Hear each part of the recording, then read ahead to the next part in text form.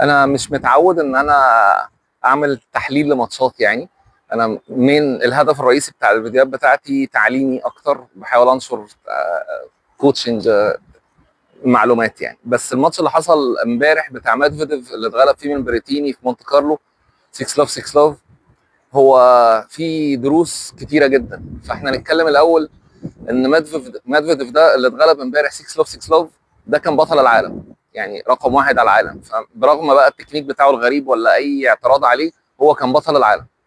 طيب، عامل موسم على الهارد كورت قبل ما يبتدي موسم الكلي. هو الماتش ده كان اول ماتش كلي يلعبه السنه دي. عامل موسم كويس جدا، خسران سيمي فاينل قبليها في بطوله اي تي بي 1000. الاعجب بقى هو لاعب بريتيني 3 مرات قبل كده، والثلاث مرات ميدفيديف كسب. فكل الحاجات كانت تقول ان هو هيكسب الماتش النهارده، ما عدا خبره ميدفيديف على الملاعب الرمل.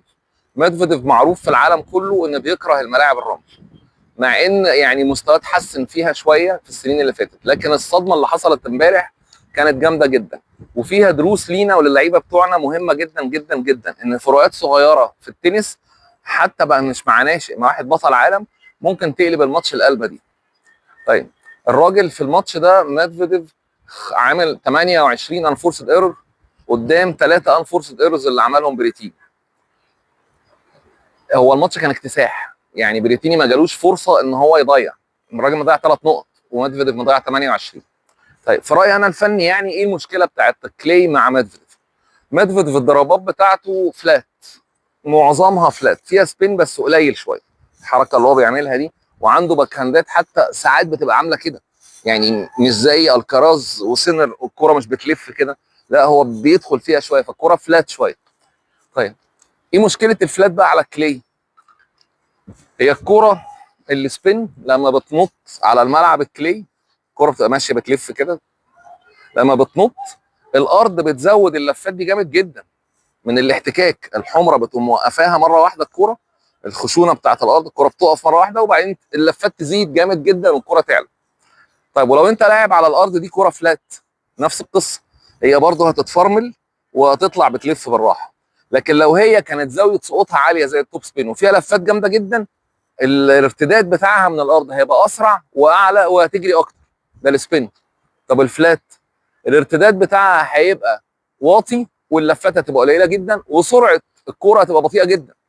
يعني الكوره الفلات زي ما انت بتحس انها طايره في الهواء بسرعه، طبعا عن السبين لانها ماشيه مستقيمه، مش ماشيه كده، ما بتضيعش وقت، ما فيهاش لفات فبتخترق الهواء جامد، كل الكلام ده جميل. بس بعد ما بتنط بتتفرمل على الرمل، ما بتجريش. فالنتيجه النهائيه ان بريتيني بيبقى واقف جوه الملعب وميدفيديف واقف ورا الملعب، وميدفيديف مهما ضرب مش عارف يعمل وينر، مش هتعمل وينر الكوره.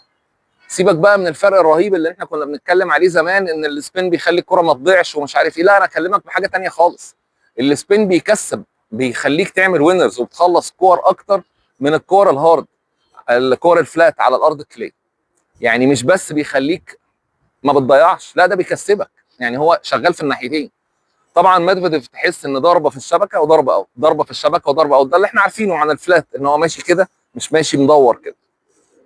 انما السبين كلنا عارفينه بيعدي لفوق وبينزل، فكلنا فاهمين انه امان. بس كانت في لعيبه كتير وكوتشز كتير معتقده ان الفلات بيأذي اكتر، لان هو بيحس انه ضارب اكتر وسرعته اكتر وصوته اعلى وكل حاجه.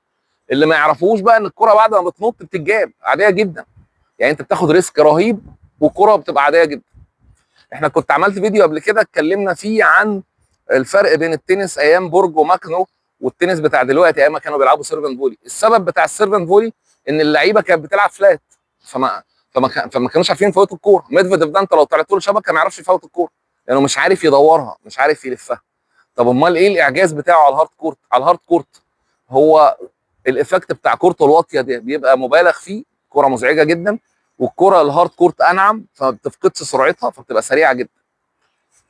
النصيحه يعني اللي انا عايز اقولها ان احنا بنلعب 99% من ماتشاتنا على كلاي، فالكلاي ده يعني سبين، سبين جامد جدا، لدرجه ان احنا دلوقتي اللعيبه اللي زي الكراز ونادال بقوا عارفين يكسبوا على هارد عادي جدا بالهافي سبين اللي بيلعبوه.